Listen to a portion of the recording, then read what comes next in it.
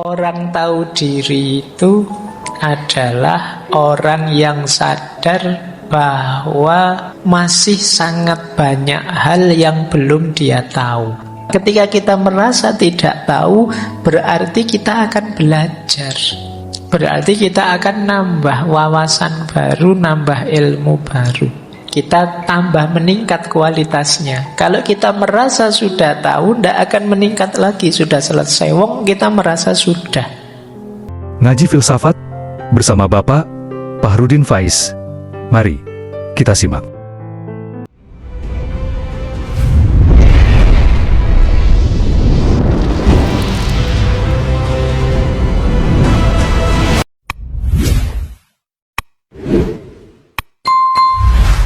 Jadi maksudnya bukan berarti kalau kita ditidakadili diam saja. Tapi seandainya harus milih, kita yang dizolimi orang ataukah kita yang menzolimi orang, ya pastinya jangan dua-duanya. Tapi kalau harus milih, pilihlah biarlah aku saja yang dizolimi, jangan aku yang zolim.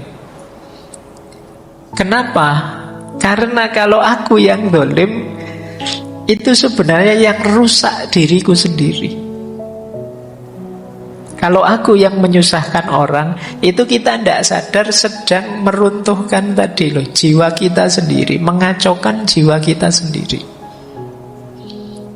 Jadi memang jangan dua-duanya. Kalau dalam Islam itu kan unsur akhoka zoliman au madluman. Bantulah saudaramu baik dalam kondisi zolim atau madlum, karena dua-duanya ini kondisi tidak adil. Tapi seandainya harus milih, kalau versi quote-nya Socrates ini kalau harus milih loh ya kalian harus milih, biarlah ndak apa-apa orang jahat padaku, asal jangan aku yang jahat padanya. Karena kalau aku yang jahat padanya, bukan urusan dia tersakiti, tapi urusan jiwaku ini loh yang rusak. Ada kotoran sekarang, ada kegelapan yang masuk dalam diriku. Makanya di beberapa kesempatan kan sering saya sampaikan, jangan sampai buruknya orang lain menjadi awal buruknya diri kita. Orang lain misuh-misuh, maki-maki pada kita, itu jangan jadikan ini terus, dia maki-maki saya ya Pak, saya harus balas maki-maki. Ya mungkin kamu puas karena sekarang skornya seri 1-1. Tapi ada ruginya. Ruginya apa? Dia mungkin jiwanya sudah keruh sejak tadi. Kamu yang awalnya jernih sekarang jadi ikut keruh. Kamu kalah sebenarnya. Seolah-olah 1-1, tapi itu 2-1. Kamu kegulan 2 kali. Kamu kegulan ketika dia maki-maki kamu dan kamu marah, dan sekarang kamu ikut balas maki-maki dia. Itu gol kedua. Kalau dia sih memang awalnya sudah gelap, ya tetap gelap. Kamu yang awalnya terang sekarang jadi gelap. Kamu yang kalah. Maka kata Socrates, lebih baik menderita ketidakadilan daripada melakukannya. Ya kalau mungkin memang jangan ada saling tidak adil. Tapi kalau harus milih, tidak apa-apalah. Daripada saya ikut kotor karena menzolimi orang, biarlah orang menzolimi aku. Jadi dengan argumen ini semoga teman-teman bisa menangkap maksudnya. Karena kadang-kadang kalau di medsos itu kan menangkapnya, wah itu tidak boleh, tidak adil itu. Ya cuma ini konteksnya pilihan. Kalau harus milih antara ditidakadili atau mentidakadili, ya mending kamu milih ditidakadili. Pertimbangannya apa? Jiwamu yang harus sehat. Oke, baik. Nah, kita lanjutkan.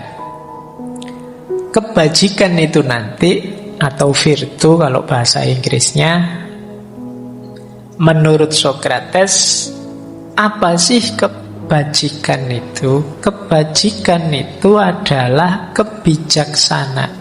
Nah, jangan lupa wisdom. Ternyata perbuatan baik itu perbuatan yang bijaksana. Untuk bertindak secara efektif atau tepat dalam situasi tertentu. berdasarkan pengetahuan tertentu. Jadi kalau kalian tanya, Pak, ini perbuatan baik apa buruk? Coba dicek itu ada dasar pengetahuannya ndak? Ada dasar ilmunya atau tidak? Kemudian pas atau tidak situasinya? Efektif atau tidak?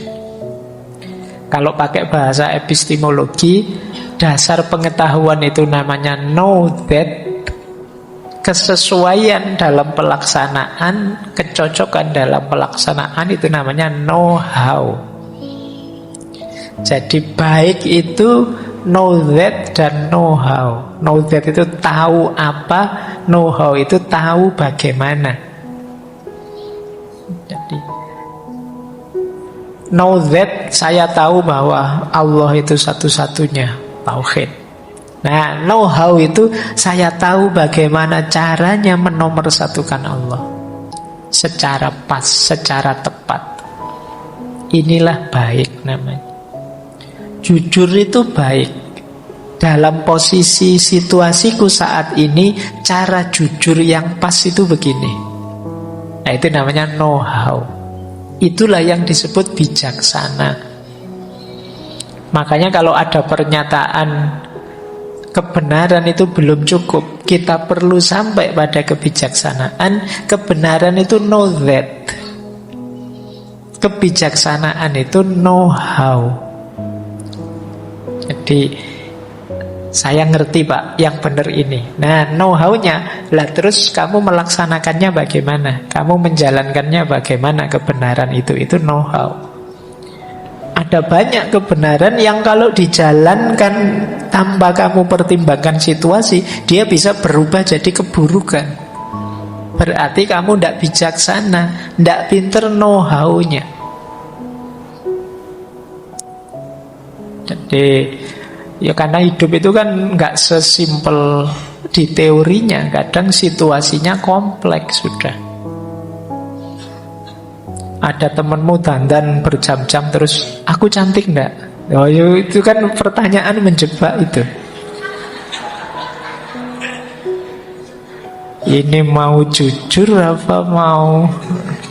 Oh, itu kan kamu harus ngerti know how-nya. Jadi makanya yuk kamu jawab saja, yo perlu jawaban kebenaran atau kebijaksanaan. Karena ini isinya bisa beda antara know that dan know how tadi. Jadi justru kebajikan itu yang mix dua-duanya. Mix itu berarti ya kebenarannya tidak boleh ditinggal, tapi diaplikasikan secara tepat, yaitu know how-nya. Nah, selanjutnya Socrates menjelaskan ada 4 cardinal virtues. Ini nanti dilanjutkan juga oleh muridnya Plato. Kebajikan yang paling utama. Semua kebaikan yang lain sumbernya 4 ini. Yang pertama berani, keberanian. Yang kedua kesederhanaan atau moderasi. Moderasi itu maksudnya pas, tidak kurang, tidak lebih, tidak berlebihan juga tidak kekurangan. Yang ketiga kebijaksanaan, wisdom tadi. Dan yang keempat keadilan. Kebaikan apapun, kebenaran apapun, sumbernya 4 ini. Keberanian. Keberanian itu jangan dikira sepele. Kalian yang ngaku pemberani, apa benar kalian pemberani? Wong banyak kebenaran yang kalian tahu, menghidupkannya kalian males. Itu namanya tidak berani. Saya tahu kok, Pak, sedekah itu sesuatu yang benar. Cuma kamu kan tidak berani mulai. Eman-eman nanti lah Pak, kalau sudah kaya lah Pak. Nanti kalau sudah kaya, nanti kamu nawar terus. Ini namanya kamu kekurangan sikap berani. Saya tahu kok Pak, sholat malam itu utama dia. Lah kok kamu tidak sholat? Nanti lah Pak, ini masih. Nah, itu berarti apa? Kamu kurang berani.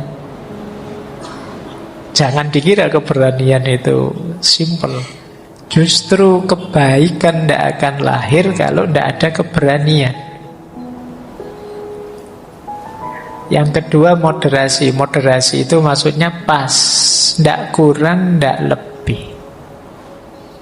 Kalau memang perlunya 10 ya 10, tidak kurang, tidak lebih. Kayak makan tadi ya, 1 piring cukup ya, jangan 2 piring. Jangan setengah piring, nanti kamu kurang. Cukupnya 1 piring. Nah, ini namanya moderat, tidak berlebihan. Nah, makanya sekarang kan banyak itu proyek-proyek moderasi beragama, yang bahasa Arabnya wasatiyah. Wasatiyah itu kan tengah-tengah, tidak berat ke kiri, tidak berat ke kanan, tidak kekurangan, tidak berlebihan, tidak ifrat, tidak tafrit. Ini sumbernya kebaikan. Yang kurang dan yang lebih berarti tidak baik. Berlebihan tidak baik, makan berlebihan tidak baik, makan kekurangan tidak baik, tidur berlebihan jelek, kurang tidur juga jelek. Tidur yang pas saja. Pas ngantuk tidur. Kalau saya ngantuk terus, Pak, ya tidur terus. Itu jenenge males. Jadi ini teori moderasi, sumbernya kebajikan. Yang ketiga kebijaksanaan, tadi sudah banyak dijelaskan. Dan yang keempat keadilan. Tentu saja semua yang baik pasti adil, yang buruk pasti tidak adil. Boleh kalian cari contoh sebanyak mungkin. Bahkan 4 itu kalau harus diperas hanya 1, ya satu-satunya prinsip kebajikan keadilan. Makanya keadilan itu ya banyak filosof yang membahasnya secara khusus. Jadi kebajikan moral versi Socrates yang kardinal ya 4 ini. Kardinal berarti yang paling utama. Keberanian, moderasi, kadang diterjemahkan kesederhanaan, kemudian kebijaksanaan dan keadilan. Nah, kita singgung sedikit, tadi sempat disebut etika di ranah politik, hubungan dengan orang lain tadi. Menurut Socrates justru ini yang paling penting. Etik tanpa politik itu ya tidak aktual, tidak ada nilainya. Sebaliknya, politik tanpa etik bahaya, rusak nanti hidup ini. Politik di sini artikan politeia ya. Politeia itu tata masyarakat. Tata masyarakat kok tidak ada etiknya, bahaya. Etika kok tidak bahas tata masyarakat, ya kurang lengkap, kurang aktual. Maka ini penting sisi politiknya ini. Hari ini kan kalau ngomong politik kita lebih sifatnya pragmatis, kekuasaan. Kalau di Socrates bahas politik itu sisi etiknya. Bagaimana pengendalian perilaku manusia dalam hidup bersama yang mendukung perfection of soul tadi. Jadi gimana hidup politik yang kondusif terhadap perkembangan jiwa. Nah, ini tidak sederhana. Kata Socrates, yang tertinggi dari semua kebajikan adalah seni politik yang mencakup tata negara dan membuat seorang menjadi politisi dan pejabat publik yang baik. Ini puncaknya ilmu etik, itu etika politik. Nanti kapan-kapan kita bahas panjang lebar etika politik ini, mumpung deket-deket tahun keramat. Ya.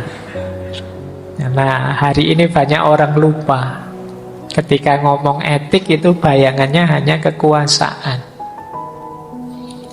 Nah, etika politik membuat warga negara jadi warga yang baik dan benar, kata Sokrates.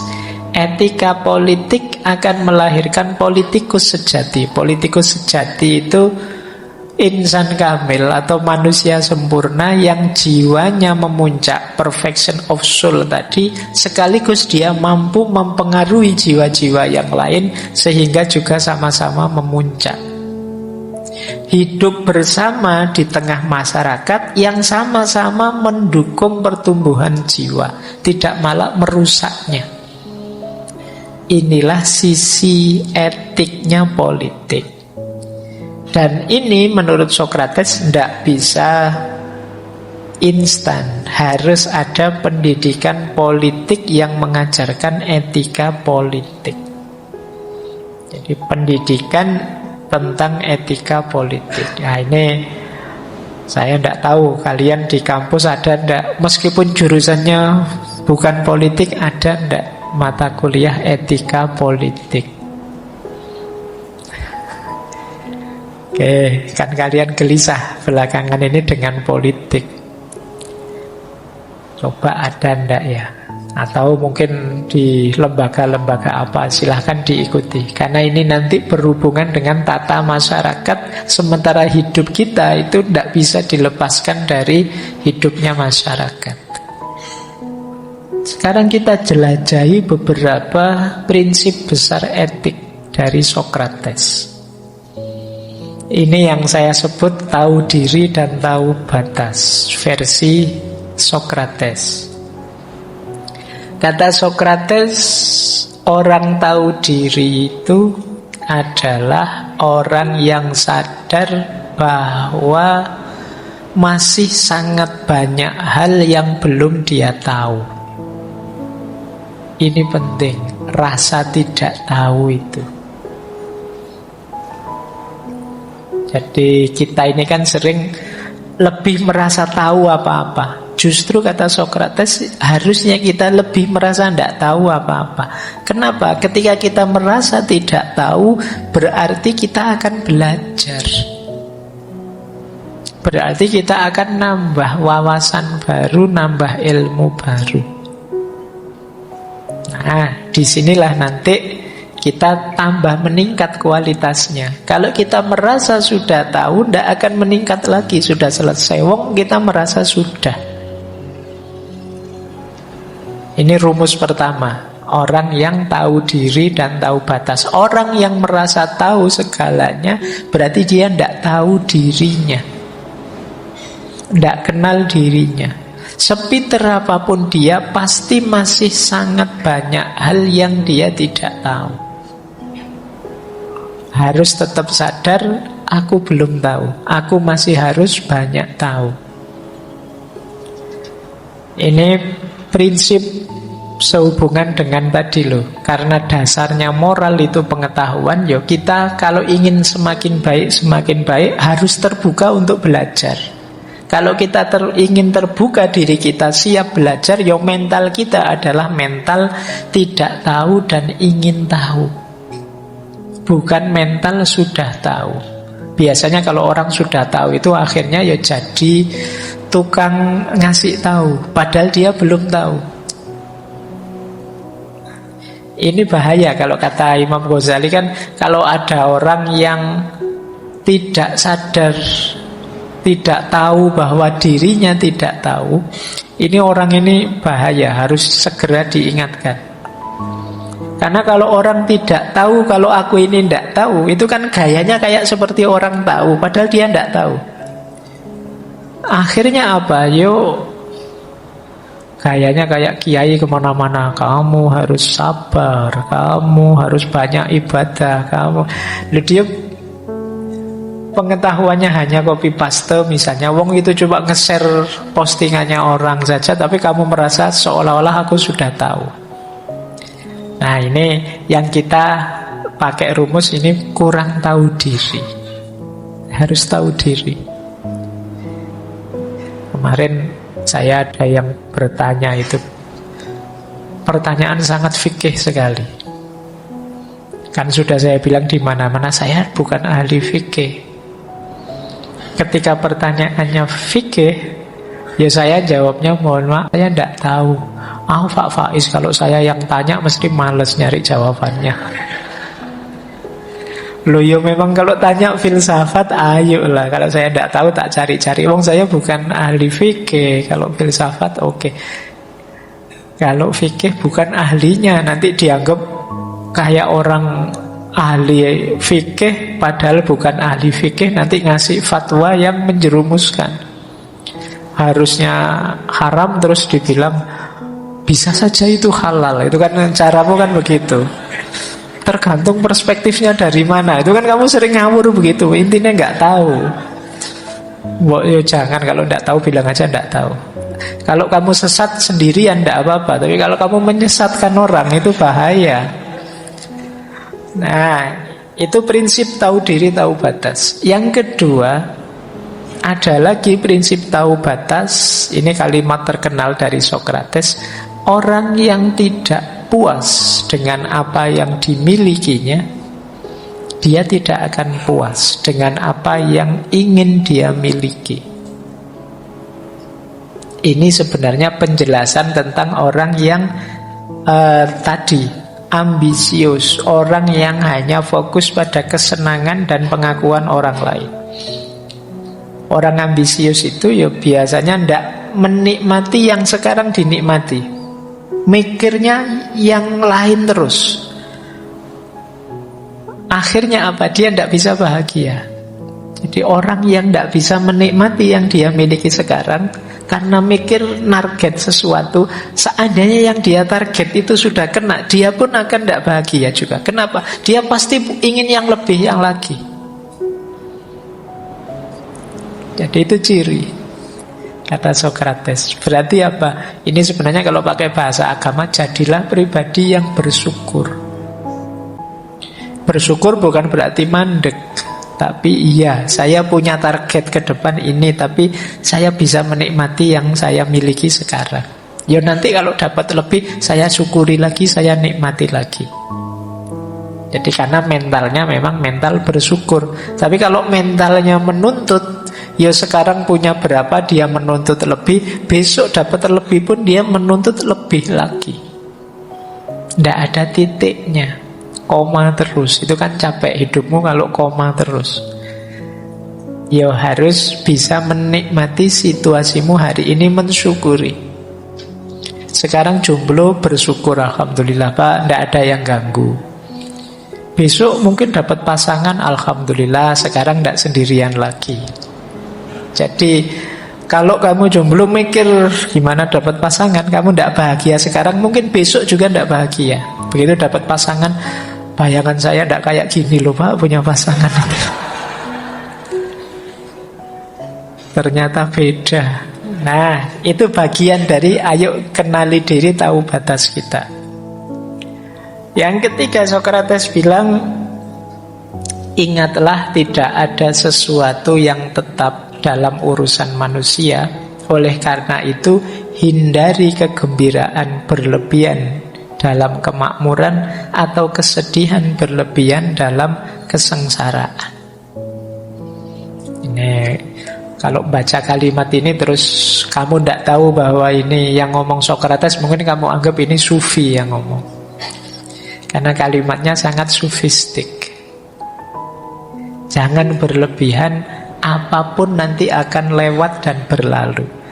Kamu hari ini senang, pasti tidak akan senang selamanya. Kamu hari ini sedih, yakinlah tidak akan sedih selamanya. Bahkan kalau kamu hari ini senang, itu mungkin hanya satu bagian dari hidupmu saja. Di bagian yang lain mungkin ada masalah. Ketika kamu hari ini sedih, mungkin itu hanya satu sisi saja dari hidupmu. Sisi-sisi yang lain itu sebenarnya kegembiraan dan kesenangan, cuma tidak kamu tengok. Misalnya, Pak saya sedih Pak, semester ini nilai saya jatuh misalnya. Kamu hanya lihat ini, kamu tidak melihat, loh kamu sehat loh, ada temanmu yang sakit. Lu kamu masih enak, masih nyaman. Meskipun nilaimu jatuh, kamu bisa lanjut kuliah. Temenmu nilainya tidak jatuh, tapi dia tidak lanjut, uangnya habis, tidak bisa bayar lagi. Dan banyak yang bisa kita syukuri. Cuma kita biasanya hanya lihat satu sisi, satu sudut itu. Bahkan seandainya memang hampir semua sisi hidup kita sedih, pasti juga akan lewat kok. Tidak mungkin sedih terus. Mesti nanti masa itu akan ganti-ganti. Tidak ada kok monoton, senang terus, sedih terus. Bahkan seandainya tidak Pak, lama saya sedih terus, itu pun nanti intensitasnya beda. Sedih di serangan pertama dengan sedih lama-lama, ya lama-lama sedih itu kan jadi biasa. Nah iya kan, kamu lama-lama jomblo itu kan biasa, lama-lama biasa Pak. Jadi justru tidak ada yang kesenangan juga begitu. Seneng kan? Tidak mungkin seneng terus. Seandainya memang seneng terus hidupmu, tapi rasa senengnya kan intensitasnya turun. Jadi main game lah kamu, menang kan kamu seneng. Menang terus ternyata Pak, itu kan harusnya seneng terus, tapi kan tidak. Begitu menang terus, begitu menang selanjutnya kan kamu biasa. Biasa Pak, ya menang. Kemarin-kemarin juga menang. Dulu juga menang, jadi tidak excited. Itu kayak mahasiswa mulai semester 1 nilainya A terus. Itu kan semester pertama dia dapat nilai A, itu kan senangnya luar biasa. Sekarang semester 7 dia dapat nilai A, dia tidak kaget lagi.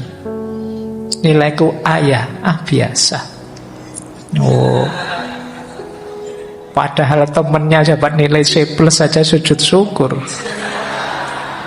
Dia dapat A biasa. Nah ini intensitas. Makanya kata Sokrates, sudahlah, tidak usah terlalu heboh dengan situasi batinmu. Nanti juga akan berlalu. Apapun itu, senang atau sedih. Kalau yang terakhir ini mirip dengan yang tadi. Rahasia kebahagiaan itu tidak ditemukan dalam mencari lebih banyak, tetapi dalam mengembangkan kemampuan untuk menikmati yang sedikit. Ayo latihan menikmati yang kita miliki sekarang, yang itu mungkin menurut kita masih sedikit, sehingga kita jadi tangguh. Besok kalau dapat lebih banyak, alhamdulillah. Wong sedikit saja kita bisa bersyukur, apalagi dapat banyak. Nah, ini kuncinya kebahagiaan. Jadi tidak pada ambisi untuk memperoleh lebih banyak, tapi kemampuan kita untuk mensyukuri yang sedikit. Ini sama dengan tadi. Baik, masih ada lagi beberapa tentang kebajikan dan kebijaksanaan. Kata Sokrates, umat manusia ini ada dua jenis orang, yaitu orang bijaksana dan orang bodoh. Orang bijaksana tahu dirinya bodoh, orang bodoh itu yang mengira dirinya bijaksana. Jadi ini kebalikannya, ini semacam hukum kontradiksi. Begitu kamu merasa pintar, saat itu juga kamu bodoh. Tapi orang yang sadar bahwa dia bodoh, saat itu dia pintar, karena berarti setelah ini dia akan belajar. Ini kebalikannya. Baik, jadi kalian ya kalau di level kesadaran, sadarilah bahwa masih sangat banyak hal yang kita belum tahu. Maka kesadaran kita adalah kesadaran belum tahu dan ingin tahu. Sokrates juga bilang kebajikan tidak datang dari kekayaan, tetapi kekayaan dan segala hal yang lain yang dimiliki manusia berasal dari kebajikan. Jadi yang tadi kehormatan, kemudian kesenangan, tolong jangan jadi tujuan. Tujuan kita adalah kebajikan, kebijaksanaan. Itu saja tujuan kita. Lupa lagi mana kita hidup butuh harta, kita hidup butuh kehormatan juga. Kalau kita menetapi dua ini, di antara efek dari kebajikan dan kebijaksanaan itu kesenangan dan kehormatan. Jadi akan jadi efeknya. Tapi kalau kalian hanya mengejar kesenangan saja, mengejar pengakuan orang saja, ya kebijaksanaan dan kebajikan tidak akan ikut. Karena misalnya kamu mengejar pengakuannya orang, kebaikanmu kan hanya kebaikan pencitraan, tidak bisa disebut kebajikan. Misalnya kamu mengejar harta, ya kebaikanmu kan dalam rangka dapat reward harta, belum bisa disebut kebajikan karena ikhlasnya kurang. Maka dibalik rumusnya, kebajikan dan kebijaksanaannya dulu dijalankan. Di antara efeknya nanti kesenangan dan pengakuan orang. Kalau kita melakukan kebajikan ikhlas lillahi ta'ala, otomatis orang ngakui kita. Kok kita tidak usah minta, akan diakui. Dan kita juga akan senang. Nah, itu rumus kedua. Nah, ini juga pesan dari Sokrates. Kalau engkau menginginkan kebaikan, segera laksanakan bahkan sebelum engkau mampu. Tetapi jika engkau menginginkan kejelekan, segeralah hardik jiwamu karena telah menginginkannya. Ini hubungannya dengan keberanian tadi. Jadi, begitu ada niat baik, ayo segera diwujudkan. Jangan ditunda, jangan ditawar, jangan cari alasan. Niat baik yang muncul di hati kita, di pikiran kita, itu kalau pakai bahasa agama, itu kan sebenarnya bagian dari ilham, bagian dari pancaran cahaya dari Allah. Itu mungkin doa kita dikabulkan. Ihdinas siratal mustaqim, sama Allah ya ini ada jalan lurus. Muncul keinginan untuk melakukan kebaikan. Itu kalau kita tawar, kita tunda, kita cari alasan untuk tidak melakukan, ya mungkin lama-lama yang ngasih jalan malas ngasih lagi. Maka begitu punya niat baik, siapapun kalian, teman-teman, tentang apapun segera dieksekusi. Ya tentu saja semampu kita. Makanya tadi bahkan sebelum mampu, itu maksudnya semampu kita, ayo dijalankan. Kuatnya baru 10%-nya ya tidak apa-apa. Tapi kan paling tidak kita mengikuti petunjuk kebaikan itu yang oleh Allah dilimpahkan langsung dalam diri kita. Baik, ini yo silahkan direnungi nanti. Karena saya melihat teman-teman hari ini kan sering itu kan menunda-nunda barang baik. Nanti sajalah Pak, besok sajalah Pak, masih ada waktu Pak. Kebiasaan seperti ini ayo diperangi sekarang. Kalau itu kebaikan, lebih cepat, lebih baik.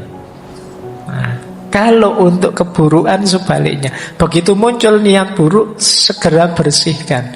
Istilahnya Sokrates, hardiklah dirimu. Kok bisa mikir kayak gitu? Itu segera keluarkan. Kok pikiranmu tiba-tiba ngeres, ya segera bersihkan. Kok iso-isone membayangkan yang begitu-begitu. Jangan dibiarkan terlalu lama. Kotoran itu kalau terlalu lama membersihkannya susah.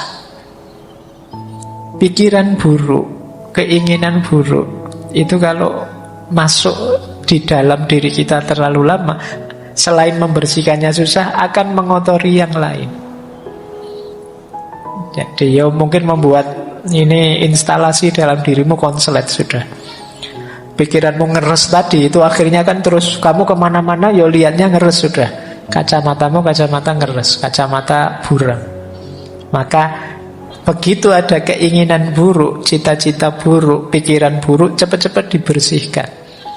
Ya manusia memang alamiah saja kadang-kadang mikirnya aneh-aneh, jelek-jelek, tapi jangan dibiarkan. Bersihkan secara sengaja. Tidak boleh aku mikir gini, opos ini mikir kok aneh-aneh. Bersihkan. Nah, ini dawuhnya Sokrates ya. Ini bukan sufi siapa. Jadi level seorang filosof. Terakhir, ini hubungannya dengan kebaikan dengan sesama tadi. Kata Sokrates, bersikaplah baik kepada semua orang yang engkau temui, karena setiap orang punya pertempurannya sendiri. Jadi Jangan menganggap dirimu paling malang, jangan menganggap dirimu paling layak dikasihani, jangan nuntut orang ini itu. Setiap orang punya peperangannya sendiri. Maka hargai setiap orang. Kadang-kadang ada orang yang kelakuannya kok tidak cocok dengan keinginan kita, dengan visi kita, dengan pikiran kita. Ya mungkin masalah yang dia hadapi berbeda. Kok ada orang sebegitu tersinggungannya? Mungkin dia punya peperangannya sendiri. Kok ada orang pemarah sekali? Kok ada orang... Ya setiap orang, kata Sokrates, punya pertempurannya sendiri. Hargai setiap orang. Jangan hanya melihat dengan kacamata kita. Kacamata kita tidak selalu cocok. Terima kasih telah menyimak ngaji filsafat di channel Ruang Filsafat bersama Bapak Fahrudin Faiz. Semoga bisa memberikan ilmu, motivasi dan kebermanfaatan. Salam sehat dan bahagia.